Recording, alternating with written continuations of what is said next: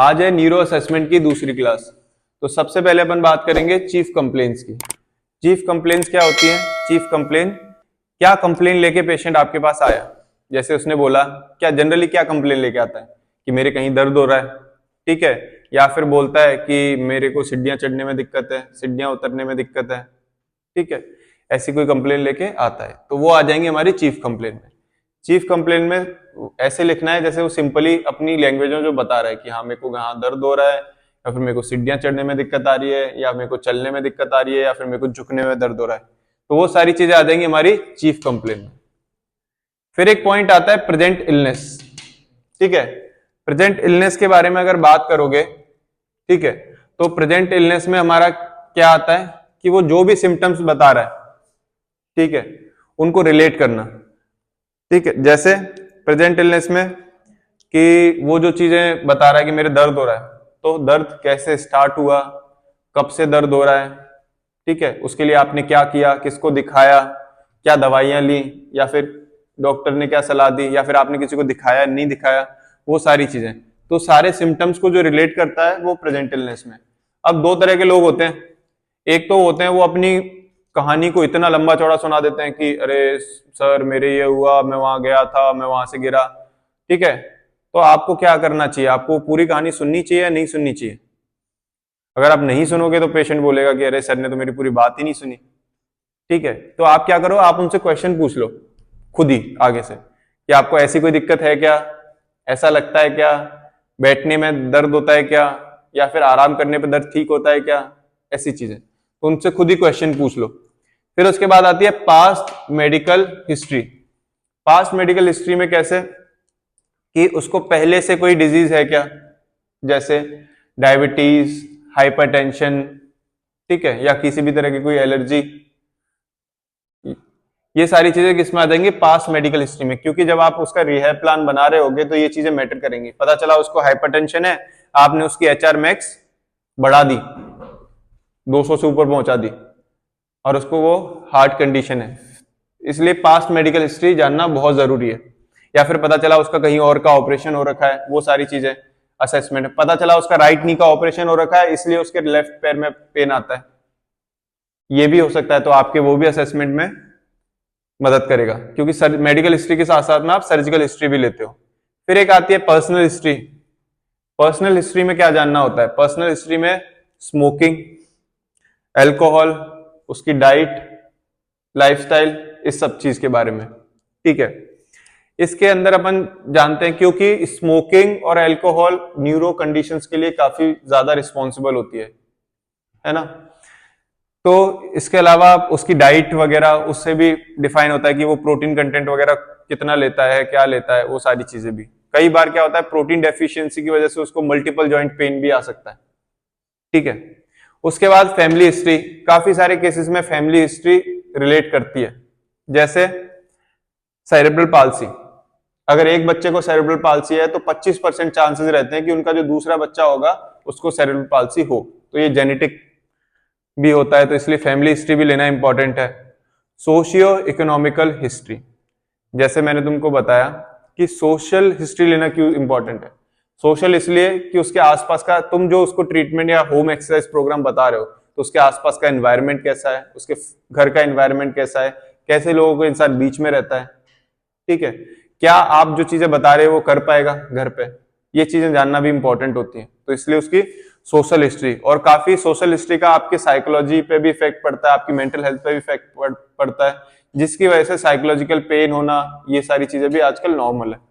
इसके अलावा एक उसकी इकोनॉमिकल हिस्ट्री, हमेशा इंसान की इकोनॉमिकल हिस्ट्री जान लेनी चाहिए, जिससे कि आप उसका ट्रीटमेंट प्लान कर सकें। पता चला वो इकोनॉमिकली वीक है और आप उसको डेली बुला रहे हो, काफी दूर से वो आपके पास आ रहा है, ठीक है, सेशंस ले रहा है, तो थोड़ी बहुत आपको एम्पैथी पेशेंट के लिए रखनी चाहिए कि ठीक है, आप कोशिश करो कि उसको ज्यादा बार ना आना पड़े, जैसे वीक में 2 सेशन रख सकते हो, ठीक है, जिससे उसके भी फाइनेंशियल भी प्रॉब्लम ना हो।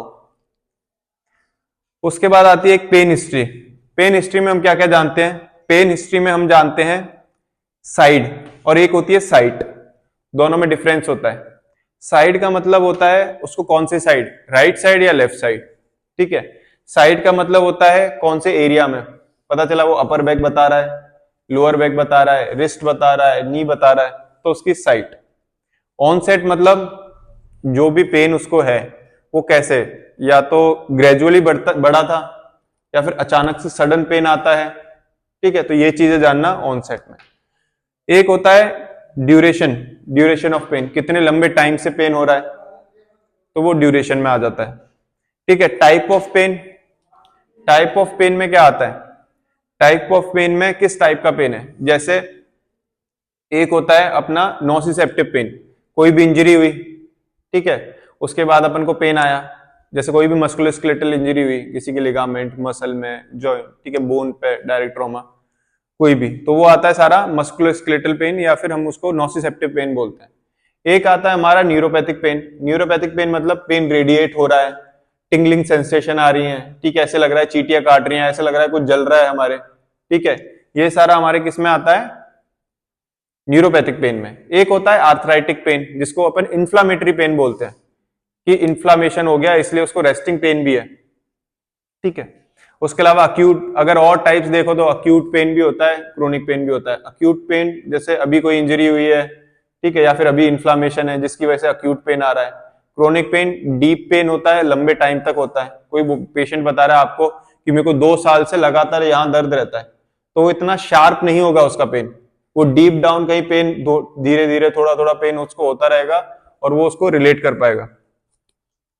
एक होता है सीवियरिटी के लिए स्केल आती है, ठीक है, वास स्केल, विजुअल एनालोगस स्केल, ठीक है, जिसके अंदर अपन क्या करते हैं, पॉइंट बनाते हैं 0 से लेके 10 तक, ठीक है, और उसको बताते हैं कि आपको अगर बताया जाए कि आपका पेन 0 से 10 के बीच में आपको स्केल में कहीं कुछ पॉइंट देना हो तो आपका पेन कितना होगा।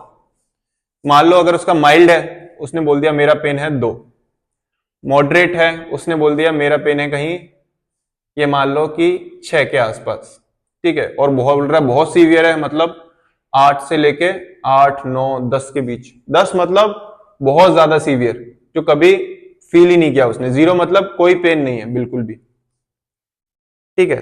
तो हमने पेन के बारे में ले लिया, और हम जानते हैं एग्रीवेटिंग फैक्टर, क्योंकि एग्रीवेटिंग फैक्टर हमारे डायग्नोस करने में हेल्प करते हैं। और उसके अलावा हमारा पूरा ट्रीटमेंट तब सफल होता है जब हम जान लेते हैं कि पहले उसको झुकने में पेन आ रहा था, अब उसको झुकने में कोई पेन नहीं आ रहा, इसका मतलब हमारा ट्रीटमेंट सही चल रहा है, ठीक है। तो एग्रीवेटिंग फैक्टर्स के बारे में जानते हैं। एग्रीवेटिंग फैक्टर्स जैसे कि किसी को आगे झुकने में पेन आता है बैक में और नीचे की तरफ रेडिएट होता है, तो हो सकता है उसके डिस्क बल्ज या पीआईवीडी जैसा कुछ हो। अगर उसको पीछे होने में पेन आता है तो हो सकता है उसको स्पाइनल स्टेनोसिस जैसा कोई कंडीशन हो, ठीक है। रिलीविंग फैक्टर, मान लो किसी के रेस्ट करने से रिलीव होता है, किसी के एक्टिविटी करने से रिलीव होता है। जैसे एग्जांपल, आरए में मॉर्निंग स्टिफनेस रहती है, लेकिन जैसे जैसे वो एक्टिविटी करता है वैसे वैसे वो इंप्रूव होता है, ठीक है। और उसके अंदर आर्थराइटिस के अंदर, ओए के अंदर क्या रहता है कि जैसे जैसे एक्टिविटी करता है उसका पेन बढ़ता है, जैसे स्टेयर क्लाइंबिंग कर ली उसने, ज्यादा चल फिर लिया, तो उससे भी डिफरेंशिएट होता है कि कौन सी डिजीज है रिलीविंग फैक्टर से। फिर उसके बाद अगर हम आईसीयू में कोई पेशेंट है न्यूरो का, उसके हम देखते हैं वाइटल साइंस। वाइटल साइन में हम क्या देखते हैं, उसका बॉडी का temperature, blood pressure, heart rate, respiratory rate, ये सब नॉर्मल कितनी होती हैं, अडल्ट्स में कितनी होती है, इन्फेंट में कितनी होती है, वो सारा एक शॉर्ट के अंदर बता दिया है, ठीक है। बाकी बात करेंगे अपन नेक्स्ट क्लास में।